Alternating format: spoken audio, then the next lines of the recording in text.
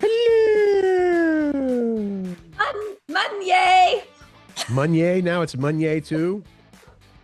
Every day is joyful, Curt. Every day is joyful. Thank you for joining us. It's Curt and Jen. This is our podcast. Mondays, Wednesdays, and Fridays for you at the low cost of free. Please like, follow. What else? Subscribe. Whatever you want to do. Subscribe, leave comments, review, share. Mm-hmm. We would appreciate it. On today's show, we are going to kind of keep this thing moving, right? Yeah. We both have things to do. Who will replace Dolly Parton as her Vegas residency is ending? Oh, no. This is not, I don't think her Vegas residency is ending, Curt. I think that she had some things done. She needs a temporary fill-in. She's on a hiatus. Okay. Also today, have we passed peak social media? I don't even know what that means. We're going to find out. Yeah. When did you realize you were an adult? That was our question of the day that we posed on Friday that you answered on our Facebook page, Curt and Jen in the Morning. We're going to talk about your answers. Rite Aid. Rite Aid. What science says is good for your brain. And finally, we're going to also talk about the harvest supermoon. Here we go.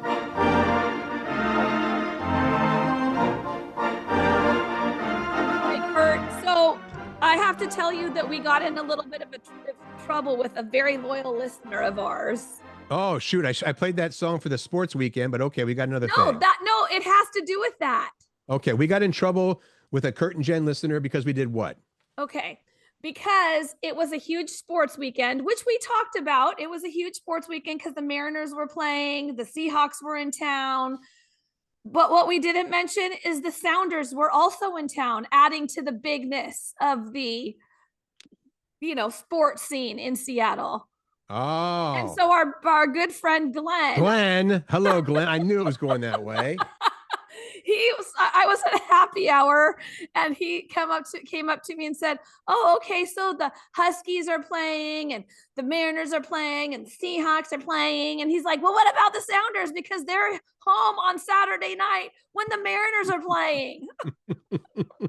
I get it and apologize because it's the same thing with hockey. Before we had the hockey team and even now that we have the Kraken, I think a lot of people are like, it's under the radar. And of course, the fans, it's like, this is the greatest thing ever. This is a massive game. And the majority of people are like, who? And it was against Portland. So it was like our nemesis, right? He's like, this is huge, Jen. Well, Portland is a super dangerous town. It's like a war zone, I hear. And they're having to send in, I shouldn't go there, should I? No, you should not. So the huge sports weekend, Mariners did lose their first game against the Tigers Saturday night. It went into extra innings. I think it ended up at 3-2. But then last night they beat the Detroit Tigers. So game 3 is Tuesday afternoon in Detroit, parentheses, Alaska Airlines. Let's win the whole effing thing. That's what Cal Raleigh said. Oh, I put Alaska Airlines in there, Curt. Here's why. Because Alaska Airlines, as soon as they won the game last night, added extra flights to Detroit for Mariners fans to get on board and get themselves to Detroit. And at the airport, they're doing like a whole big thing, like whole big Mariners celebration thing to get fans to Detroit. And I just think, I know they're a sponsor of the Mariners, but I love that they do stuff like that. Fair enough. I like it. Seahawks fell to the Buccaneers yesterday. It was you know what? You talk about a game. It was like they scored, we scored. They scored, we scored. The whole game was like that. And it looked like it came down to whoever would have the football, the final possession of the game was going to be the one that would be in charge of winning it, which ended up being the Seahawks. And unfortunately, I mean, Sam Darnold had a great game, but, sometimes it just takes one play and one interception, and that was it. And so that was the end of that. So unfortunately, but is that game, if you just look at it as the fact that they lost, is not fair because it was a really well played game, I thought. Okay. Well, the Huskies beat Maryland, which is yay, go Dogs. And of course, the Sounders beat Portland 1-0. Go Sounders. There you go, Glenn. It's a good thing because I heard that Portland was a war zone or something. Should I? Don't move on. All right. What did you do this weekend? Tell me about what you did. Well, we each had groups, nonprofits we were helping out with for fundraisers, Jen. Thank you for diving in, the deep end with that and doing a great job with yours. I was at a fundraiser for Sound Experience. Sound Experience, the deal is a lot of these groups are just trying to keep kids off the streets and give them options to do rather than bad things. And what the Sound Experience does, empowers youth through environmental and maritime education aboard the historic schooner Adventurous across the Salish Sea. So they all get to go out on this massive schooner and learn about boating, serious boating, not just like what you and I do in our little boats. So we raised money for them and it was a very good night. And you were helping out in. So wait a second. It's like Puget Sound, like Sound Experience, meaning Puget Sound Experience? I imagine, yeah. Because I thought when you said Sound Experience, I thought it was going to be a music thing for kids, like sound. Oh, no. It is the Salish Sea. It's the Puget Sound. And it does a lot of good for these young people. Yeah. What about yours? You were helping out Monroe. I was at the Rotary Club of Monroe barn dance dinner and auction, and it was super fun. Raised a lot of money for the Monroe community. I mean, the Rotary does great things within the community. And so we did that. First time I've hosted an event in a long time because I've been out of radio, but we had a blast. It was really fun. And you're infectious, not your body, but you have the infectious personality that is perfect for that. So I should say anybody who is having an event coming up and they're thinking, hey, we could use an MC or an auctioneer or for this, you should certainly consider Miss Jen Pirak because she is top notch. Thanks, Curt Cruz. All right. And then I hosted a tea party at my house for our friend Lauren, who turned 40. So we needed to welcome her into a new decade of life. And I have so many fun little flowers. Like, look at these fun flowers. Don't they make you happy? They make me so happy. And my glassy baby vase. Again, this is for the video portion of the show. So if you're not seeing that. Yes. We'll describe the flowers. They're very pretty. They're pink. They're pink hydrangeas and carnations and in a pink vase. And it was all the tea party was all pink. Anyway, we can move along. Nobody needs. All right.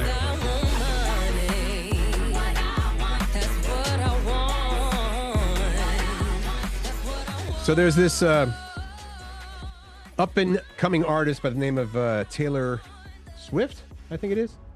A brilliant business person is what she is. Which some people complain and say, oh, that's an opportunity to get more money because she just released the same album, but each version has one different song on it and it's a different color. I'm like, good for her. If you have an issue with that, don't buy it. That's right. $33 million domestically is what Taylor banked for her only in theaters event. The weekend celebrated the release of The Life of a Showgirl and the release party. The Life of the Showgirl is the name of the album. That's right. The name of the movie was Taylor Swift, the official release party of a Showgirl. An 89-minute movie. It was distributed by AMC to over 3,700 theaters in the U.S. and Canada. Debuted at number 1. And it was only they only announced it 2 weeks ago. It was only for this past weekend. So it's not like they get to defend their number 1 spot in the box office. Right. But so that $33 million that you mentioned was just for the movie. This doesn't have anything to do with the record sales. Right. This is just the movie. Anybody who is under the impression that Taylor Swift is a force of nature unlike anything we've ever seen before. You can go back to Beatlemania. You can go back to Elvis, whatever you want. She is phenomenal as a performer and also as a good business mind. So, you know what? I mean, who else would say, we got a new movie we're going to release. We'll talk about it 2 weeks out. I mean, it's like they upcoming movies are mentioned 3 or 4 months before they start. And then there's a big campaign, maybe a month out. And she's just something to be reckoned with for sure. And she does good in the communities that she goes into too. I mean, that's the thing. She's just a good human. Yeah. I don't know how people can hate on her. Jealousy, you think? Yeah. Makes a lot of US dollars doing it. Jolene. All right, talk about this one. I don't know much about this. Dolly Parton is needing to be replaced in Las Vegas. Well, okay, so maybe I didn't have this right because I had read that she had to have she had a health procedure that she had to do, and so I thought she was just pausing her residency, but it looks like she is canceling it. So I apologize, Curt, at the beginning of the show. That's all right. So the deal is now, but a buddy of hers is going to take over for her for this residency. Yeah, a buddy named Tim McGraw. is going to jump in and do her Vegas residency. There'll be a special limited engagement at the Coliseum at Caesar's Palace on December 4th, 6th, 12th, and 13th, right in the middle of National Finals Rodeo Week. So it'll be a big week in Vegas. Right. Let's see. Tim's new shows take over several dates originally planned for Dolly live in Vegas when she recovers from some medical procedures. Go ahead. No, you go ahead. This last line here. People that have already planned to be in Vegas to see Dolly, it says they can't be upset that Tim will be there instead. Dolly is irreplaceable, but this is a solid substitution. I imagine if you have tickets for that and you don't want to go now, you can get your money back, right? I would hope. I would think. Yeah. So that's solid. If you're like, well, Dolly is not going to be there, but we got Tim McGraw instead, you know. I mean, yeah, that's pretty good. Yeah, but hopefully Dolly can, whatever's going on, hopefully it passes if it's a health thing, and she can be back up and singing here in no time. I don't know what happened with her. I just been saying I don't know what happened with her health.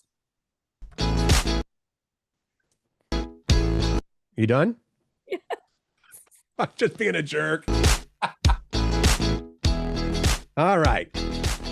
Have we passed peak social media? This is a report from the Financial Times. Asks just that question.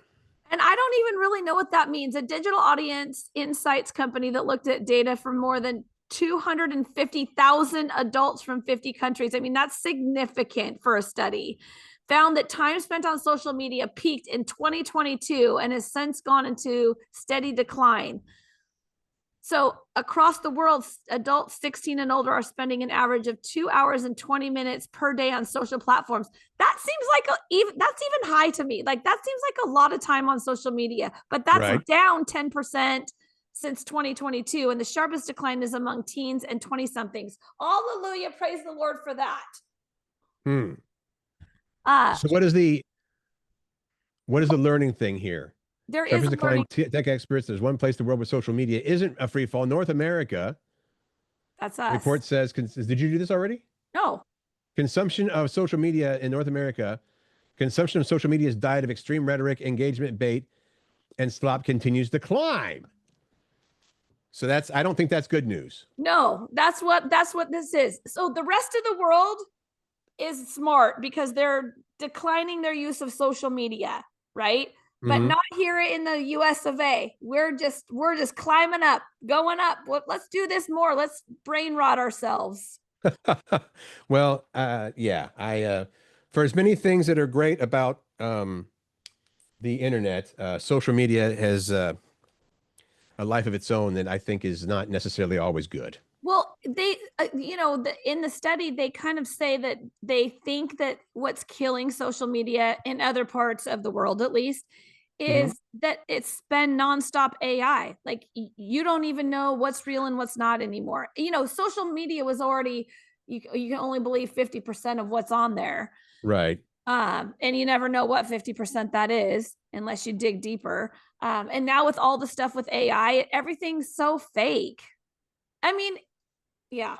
I'll tell you what, I have actually, I know I'm probably not the target, quote unquote, the target demo for this, but I have said to myself, and I don't consider myself to be a big social media user, but there have been a number of times, not just social media, but even the news and stuff like that, where it's like, you know what, I can't keep looking at this stuff because all it does is get you angry or suck you in to watch more stuff. And I agree. Not being the get off of my lawn old guy. It just seems like it's a whole lot of negative and not a bunch of positive. Well, it sucks you in, and plus the not knowing what's real and what's not, and what you can believe and not shouldn't believe that's the other crazy part of it. Let's talk about Vinegar. How's that sound?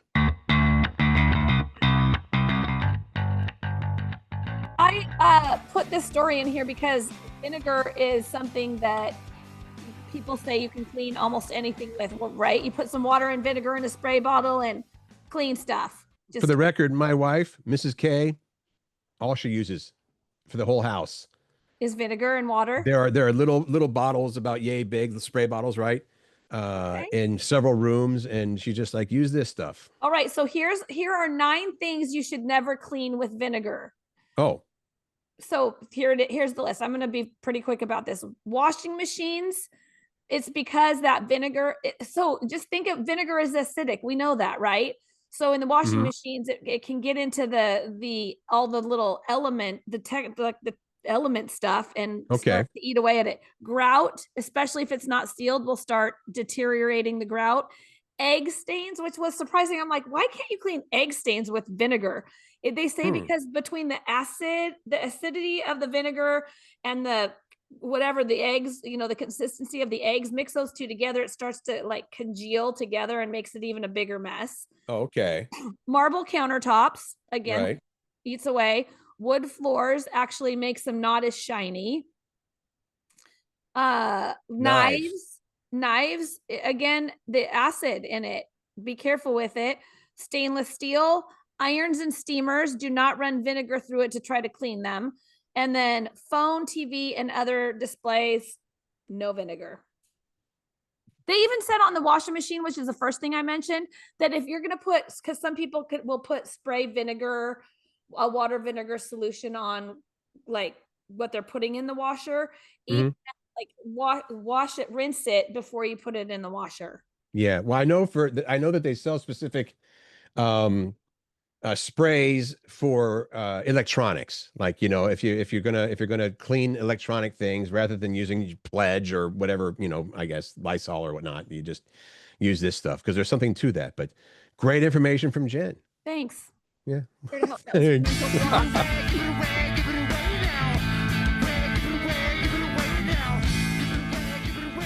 What's the deal with this, Curt? Thrift storing?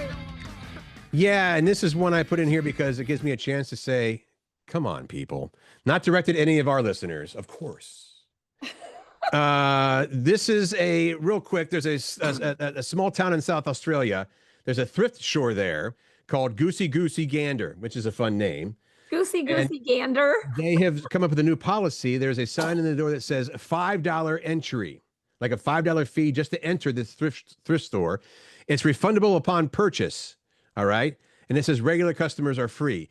Of course, people, as always, are up in arms about this $5 fee. Up in arms too, because regular customers, what does that mean? At what point are you a regular customer and can stop paying? Well, I tend to, I've owned some businesses in the past. As you recall, I even owned a Subway restaurant. That's a whole other story. People are like, what? As a prior and current business owner, I tend to lean towards the business owner side in most of these arguments because I think that they're doing something. They're not doing anything to piss people off. Why would they do that? They're doing things that help overall. And in this case, I guess the problem with this store is they have had more instances of theft and people like moving items around in the store and stuff like that, because they will get either people in the wintertime. Well, it's Australia, so I guess it's reversed, but they're either trying to get out of the rain or get out of the heat. They'll come into the store, spend a half hour or so just to, and they aren't going to buy anything. And so they basically just said, we're not providing that service anymore, basically for free entertainment. The owner of the store is like, we're not like a Woolworths or an IKEA. We have 200 square meters, which I don't know metric that much. I guess it's a small store. And they're saying, listen, this is what we're doing to help with theft and stuff like that. And all you got to do is buy something. So I guess if you go in there, you pay your $5 fee. If you buy something for $3, they give you $2 back on your way out or whatever. So, and also, maybe this is just me, but I would be choosier about what I get up in arms about, because, there's those books, Don't Sweat the Small Stuff. There's an awful lot of small stuff that people, maybe this comes from entitlement things. I don't know, but it's like, come on, man. And finally, if it upsets you, guess what? Don't go to that store. How about that?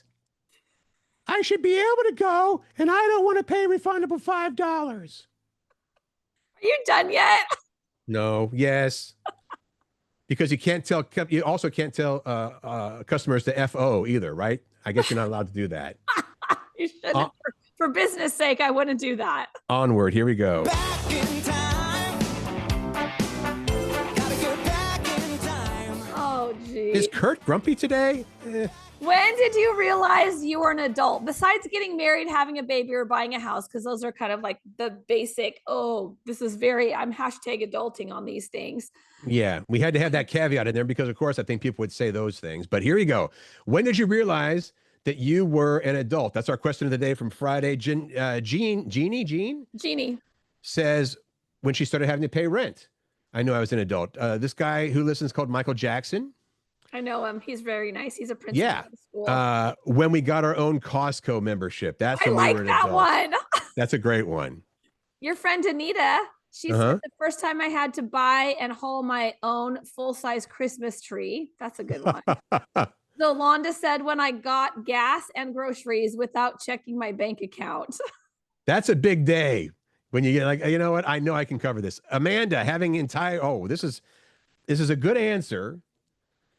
Kind of a downer. Amanda says having end of life conversations with my mom when she was battling cancer, then being there to help her transition. Now, because I had before, both my parents have passed now, but in both situations, you have to make arrangements in advance while they're still healthy, and doing well. And then it's a weird thing to have to do. So Amanda, I would agree. Having those conversations is tough, but that is definitely adulting right there. Yeah. Your sister Terry said when I moved 325 miles to Maryland after college and was all on my own. I think I had to help her move, as I recall. Oh, Curt Cruz. she's gonna see. I know she's listening. She's gonna be mad. I love it. God. You know how you are with your siblings. That's just poke the bear. Matt said when I was able to rent a car on vacation. Our friend Miriam is like, when did I know that I was an adult? When did I realize that? It says still waiting with a couple of smiley faces, laughy faces. Laurel said when I bought my first car, a new Toyota Corolla. And then Gina said when I was 8 months pregnant, walking like a duck in Sears, buying a refrigerator with my husband. Just not how I envisioned my life. Okay. But I'm an adult now, right? Bill, our friend Bill Yend also says still waiting to be an adult. Corey, we've got Corey's answer for her husband, Eric, when he got his first credit card and bought his first cars when Eric thought he was an adult. Corey also says when I was 18, I had to take care of my mother who was disabled with the MS, and then I had to make a decision to put her in a nursing home at 20. Wow. 20 years old making those decisions. That's tough, Big girl decisions too early in my life. Only child, so she had to do it. Woof. Good for her. That might take the cake as far as being an adult. Yeah. Anissa? Yeah. When I had to pay for my own medical insurance and file my own taxes. That's loads of fun. Great answer. Rita said when I started a new job at 69 years old, she said, yes, 69. Randy, another one with the answer. I'll let you know when I get there. Great, Randy. I like that. Marilyn said my first job at 19 that I stayed with for 46 years. Oh, wow. And then Ken Grant ends everything by saying, I am yet to realize such an accordance. Should that be done with like a hoity-toity accent? I'm yet to realize such an accordance. Yeah. I don't know. I can't do a good British accent. Thank you for your answers. We will have a brand new question of the day later in the show for you to respond to. Yeah.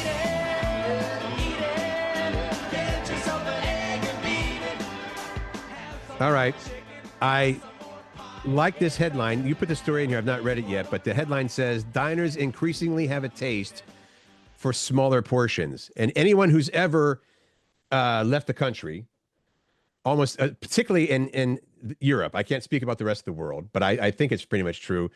In America, we have giant portions at restaurants compared to a lot of the rest of the world. Well, and there's two things that go along with it. Not only just general giant portions, but all you can eat, like Olive Garden, you know what I mean? Like endless breadsticks and salad. And then there's PF Chang's that does things, family style. Like if you're going to buy something, it's big, but usually it's family style. So this article that I read, I put it in because I really like it too, Curt. They're just saying that research is showing that 74% of customers want smaller portions. And 44% of adults say they order from the kids menu to save money and eat less. I wonder if an idea would be to say, bring out, I guess you can't really do that except for certain restaurants, but yeah, bring out the smaller portions and say, hey, here's, you paid for lasagna. Here's your lasagna. It's a smaller portion than it used to be, but if you want more, we'll bring you more, rather than because also the waste that goes along with a lot of that. I mean, yes, sometimes you'll take a doggy bag home or whatever, but by and large, I've seen a lot of people like, yeah, I'm done. And it's like there's still, I would consider almost a full portion left on their plate, even though they've already eaten a decent part of it. You know what I mean? Yep. So places like PF Chang's, which I mentioned, is known for their big family style dishes that they bring out, have added like smaller options, and Cheesecake Factory, which has a huge menu already and our huge portions, says they added bites concept to their well, they say their phone book size menu. It is. And it's not just because people want to save money. They do want to save money, but they just don't have an appetite for a big meal anymore. They snack a lot during the day. That's what this study is saying. Yeah. And that people are just, when they're eating out, they're a lot of times eating by themselves now. So they don't want a big family size portion.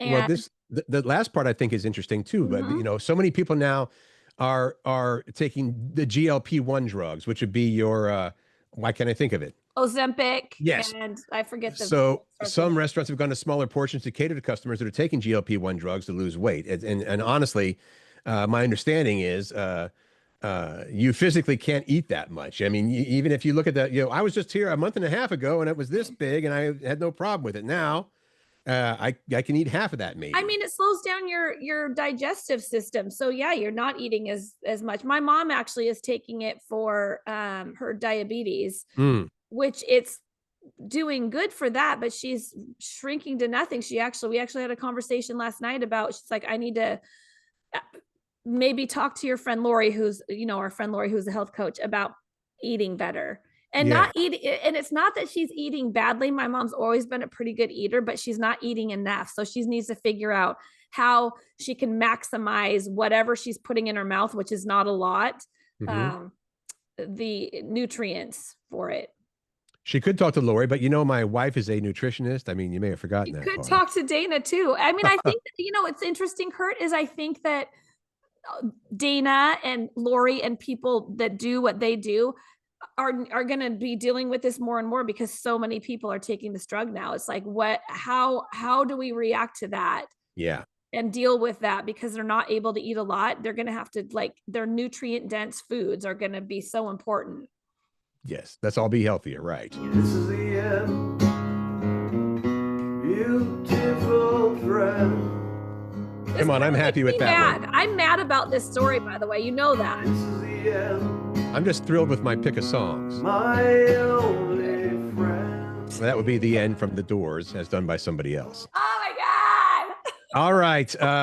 Rite Aid, rest in peace at the age of 63. Now, this is going to affect us locally on a number of different levels, but let's get into it here. Rite Aid is no more. They announced the remaining 89 stores closed last week, so they are officially out of business. Says they've been on the ropes for a while, went bankrupt in 2023, but still had $2.5 billion worth of debt. So they had to go bankrupt again this spring. And that led to where we are now with them shutting all their doors. Here's the thing that really pisses me off. And I don't like to use that word very often, but they came in and bought our local Bartell drugstores here in the Pacific Northwest. I loved Bartell so much. And they took them over and ran them to the ground, and now they don't even exist anymore. They're all closed. I'm like, does this affect Bartell Drugs? I was Googling this morning when I saw this article. Their website doesn't even exist anymore. Well, the Bartell's down here at this close corner of 132nd and Seattle Hill Road is now CVS. Yeah, CVS is taking over a lot of the Rite Aid / Bartell Drugs locations. I know that not the same. Well, I just don't know how much of this is not just Rite Aid, but many other businesses and many other different industries. How much of this is also due to the fact that, Amazon is great for getting things quickly. Amazon is great for getting rare things that you can't find many other places. But a lot of stores are going to be affected by that. And this might be, one of them. So Amazon is the downfall of all. I did not say that. Putting words in, it's tough because I'd like to support local businesses. Obviously, I think that'd be great. But if I got to get a converter from a double XLR female to a single XLR male, it's like, where do you go to get that? They don't even have that at Best Buy and stuff. So, okay, I'm going to go to Amazon and get it. So They do. I mean, Amazon's definitely good for that kind of thing. No question about it. They are an empire. Should we say boo to that story? What? Boo. Oh, yeah.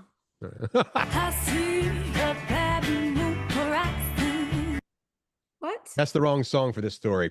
Science says that waiting is good for your brain. If you polled 100 people and asked them the question, do you enjoy waiting?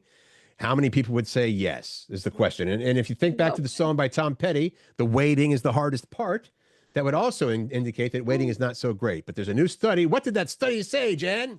The new study says that waiting is actually good for you. So try to remember that next time you're losing your mind waiting in a long ass line. Here's the reasons why.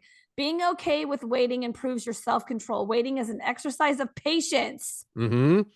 Waiting before you respond to an email or make purchases can be a lifesaver. People tend to react impulsively, but if you wait a little bit, the intentional pause could be an important difference. And waiting can also be fun if you savor it. How many times has the excitement and countdown for your trip been better than the trip itself? If you turn waiting into a game, it can be fun. So instead of seeing waiting as an inconvenience, try to reframe it in your mind and think of it as an opportunity to reflect or give your brain the gift of zoning out, free from judgment. I am going to just share this story very quickly because it relates to this story here. Jen, how often would you say that me, Curt Cruz, is actually early to events rather than being on time or a few minutes late? How often are you early? I don't think you're early very often. My mentality, for whatever reason, has always been, well, if I get there 10 minutes early, what am I going to do for 10 minutes? Here's what happened on Friday night. Dana and I were going down to the Paramount to see the movie Airplane, right? So they were showing it on the big screen. It was the unreleased director's cut. And afterwards, David Zucker, the producer, director, and also the guy who played Ted Stryker, actor by the name of Robert Hayes, were there for a question and answer period. Okay. Maybe I should have shared that for the things I did this weekend. That's what you're thinking right now. Because that was Megan, that was at the Paramount. We were scrambling because we were running behind. We had to be there at 7 o'clock and we're scrambling to get out of here. And we got to take care of the dogs and get in the car. We had to put gas in the car to get down there. We got there. We got to the parking lot right at 7 o'clock. We got into the building at about 7:07 after walking a little ways. And we look up at the matinee marquee thing and it says 8 o'clock, Airplane. I was accidentally almost an hour early and we sat back and had a couple of drinks. Was it so nice? Snacks. It was wonderful. So I am all for being there early unless I have to do it every time. Occasionally early. How's that? Oh, that's why you had that song.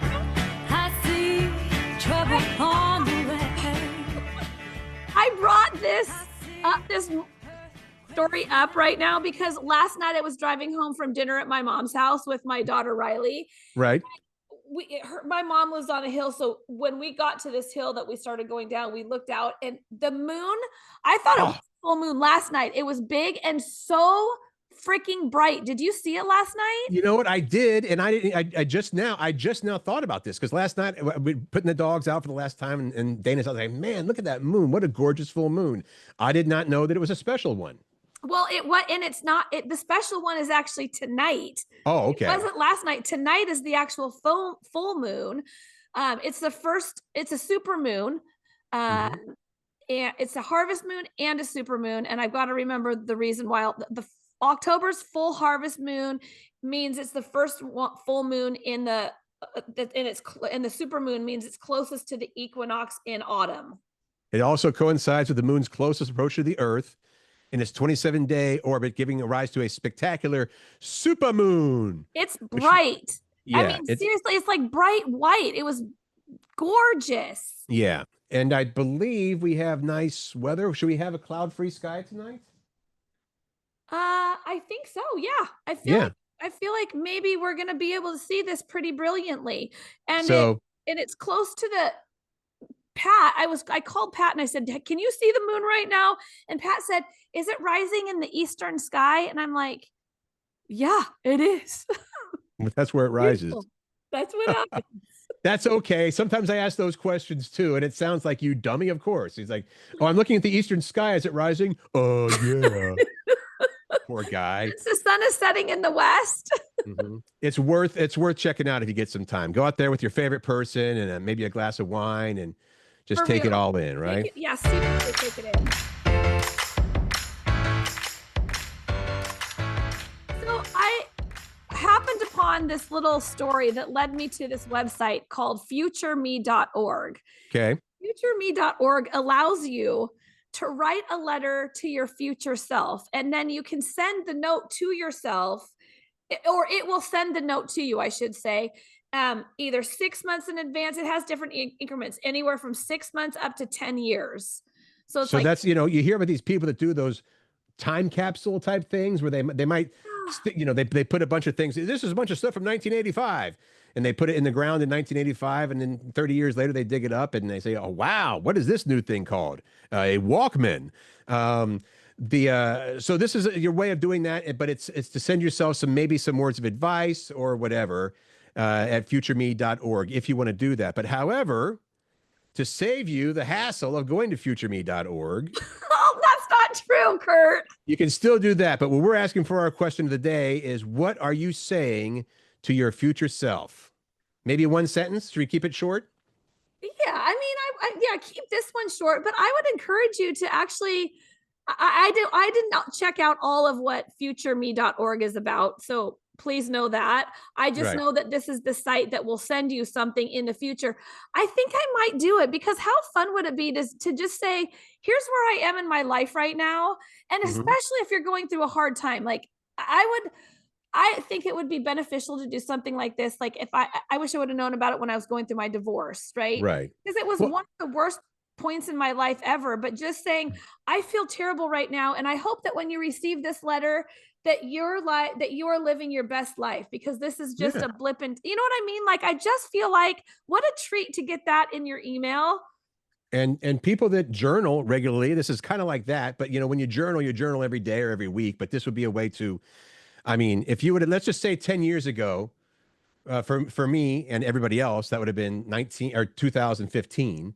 What was I thinking then? What was I doing then? I think I just maybe was starting to do the morning show. No, not quite yet. But yeah, it'd be very interesting to see, something pop up in your email box. Right. In your inbox for your email that is from you from 10 years ago and what you wrote. I just think that's brilliant. I love it. Shoot, even the changes from 5 years or 1 year sometimes are substantial. So for sure. For the question of the day, you're sending yourself a note in the future. What are you saying to your future self? Let us know. We will have the answers back for you on Wednesday. And I also want to jump in. I guess in music. Here we go. A quick note to say that one of us is back on the radio between Jen and myself. Oh, yes. I'm doing volunteer work. It's a public independent radio station in Everett. A friend of mine is a general manager, says, "Hey, you want to pull some air shifts here at KSER?" Sure, why not? So the signal is strong heading north. It's not so strong heading south, but you can listen at 90.7 FM, or you can listen online at kscr.org. We're really short on time. What's going on there, Jan? I just want to say, because I don't think we said this, we're posting that question of the day on our Facebook page. So if you want to answer it, that's where you go. Curt and Jen in the morning. And it's noon to 3, I guess, every Monday. These are just short air shifts. They've got like 45 or 50 different DJs that do short air shifts once a week. All right. Thank you. That's all I have on that. Listen to Curt Cruz on the radio. It's going to be a lot different than Star 101.5, let me tell you. We'll see you back on the podcast on Wednesday. Thank you so much for listening. In the meantime, make good choices, find joy, spread kindness, and laugh, everybody. It's good for the soul. Thanks for listening. Have a good one.